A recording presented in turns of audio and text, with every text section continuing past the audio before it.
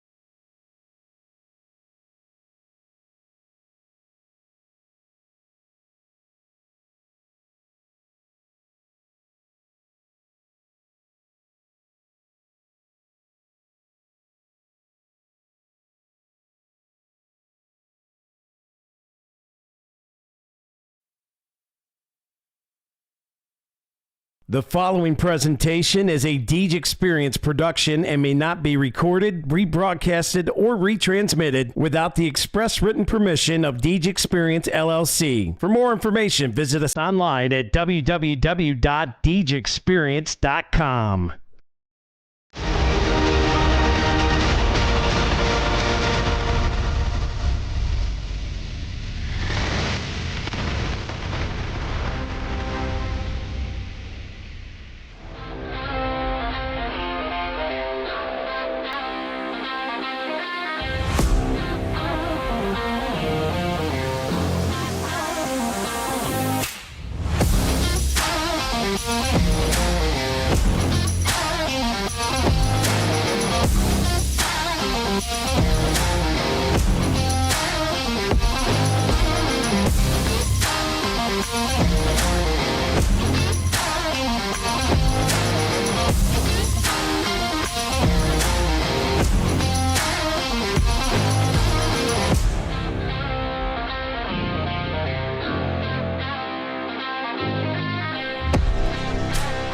Good Saturday morning to you out there in Coreyville.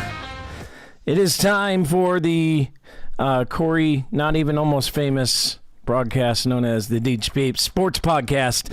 My name is Scott Lockwood. We are here today. We got a special guest in the house, Mr. Dewey Hurd, with me as always, and Corey Boys Wrestling Coach, Coach Travis Proper. Coach, welcome aboard. Thank you. Just push your mic a little bit closer there. That good? That it would work for Dewey because he's got a big mouth, but you know, get it real close. There we go. Now we can hear you. So, Coach, we usually start off with how our days were, or how our weeks were, and this is where we get a little personal, right, Dew? Mm-hmm. How was your week, Dewey? It was terrible. Terrible. Terrible. You had a bout of something rather, and you're still recovering from it. Yeah, and the meds make you a little loopy. And got a little medical issue, but working through it and getting better. But it's going to be a little bit of a road to go. So, well, we'll get through it. For those of you who don't know, Dewey did take that trip down 3.5 hours. Thank you, Amy Ellen, by the way. Yes. Because that was very much needed, and I'm glad you got to go, Dew. It was quite the fun trip. Had a nice ride down with Travis's wife Marcy and Amy, and we had quite the conversation down and back. And the boys did well down there in Johnstown. Yeah, they definitely did. I thought they wrestled really, really well. Seeing as how we were down, Stephen Willis was sick. Found that out that morning. So going into the McGuffey match, it was a little questionable, and we kind of talked as a team about other kids having to step up. With Steven not being there the first time we wrestled McGuffey, he beat his kids, so going from a win to a forfeit there could be pretty costly as a team, but the other kids stepped up and because worked out good. When we wrestled McGuffey down in Claysville, we beat him 34-30. So you take 6 points away and give it to the other team. That's a 12-point swing. Now you've got to come up with a few more points to get the victory. So right. I thought, and the boys did well. They won 41-24. So they a lot of guys stepped up, did better. So. Well, before we get cranking too hard into this, we got to give thank you to our main sponsor, of course, Dynasty Construction. Paying the bill for the Deej Peeps podcast this year. So, again, Josh steps up. He likes what we do, and we want to give our shout-outs to Dynasty Construction, who, by the way, just finished my house up, and shutters started going up this week. So, red house, black shutters. Oh, nice. Kind of fits theme colors, and there'll be no mistake whose house it is. So, Coach, this season, look, you guys finished 7th overall in the state of Pennsylvania in 2A wrestling. Yeah, we definitely had a great year, and I could not have, scripted a better season for us. I mean, we lost to the 3 teams we lost to. One of them's the number 1 team in the country. The other one, Cathedral Prep, they're still competing for a state medal, and Central Mountain, they're down there in AAA, competing as well. on the AAA side of things, and everybody else, we handled well. It was a lot of exciting matches, a lot of big challenges for the kids going into the season. We kind of had a loaded schedule. I think I counted, and we wrestled 9 schools, not counting the ones we lost to, that were state ranked that we beat. So, kind of load the schedule up, challenged the kids, and they responded and worked hard. It's a lot of hard work behind the scenes to have a season like we had, like that with any success. And it starts, and we say this all the time, it starts with the feeder program. You learn your way up through. I want to talk about your seniors on this team. What a phenomenal group of kids they are. Athletes all across the board. How big have they been in helping coaching the underclassmen as well? Because I'm sure they've got to pass on some knowledge. It can't all be the coaching staff, right? Right. Yeah, they're first off, they grew up with me as a coach and know them all really, really well. They're all really good friends at my house quite a bit. Great kids outside of athletics. They're just all really good kids. And you're absolutely right. In the room, they're great leaders. They help coach the kids up. They definitely offer a lot, and I would say we're going to miss them, but at the same time, I'm definitely proud to see them go on and turn out to be the young men that they are. They're all such great people. But I think they're going to be a big part. They were a big part of our success the last 4 years, but they're going to be a big part of our success when they're not there, from what you mentioned. Kind of coaching the kids up, helping the kids out, and they bring these freshmen along, and we have a lot of JV kids that are behind these kids that are going to be ready to go because of them.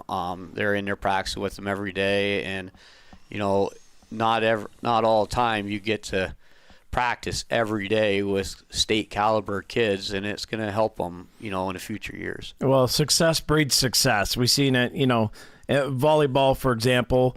The JV team there is competing against them starters every single day. You get the same thing in practice with wrestling, and it's how to build a successful program, right? You just reload and go back next year and do the same thing. So, kudos to the coaching staff. And I want to talk about the young kids coming up. We see them out. They take the mat before you pick a couple kids. Now, how does that process work? Because you're piquing interest with that, right? Right. Yeah. So like you said, you got to have a feeder program, and you're absolutely right. There's only so many Cale Albers that are going to start in 9th grade and turn into what he turned into. Cale's kind of the exception as far as that goes. They need to have a lot of mat time, a lot of mat experience, and know what it's about when they get up to the high school room, and then just kind of try to hone in their skills and, learn from your losses and your wins, and, keep getting better. So having those kids come in, I had our varsity team go down to their practice as well and run a practice. They all look up to them. You want future success, long beyond when we're there. You want Corey to keep that success going, and I think it's a really cool tradition having those honorary captains from the youth program come up.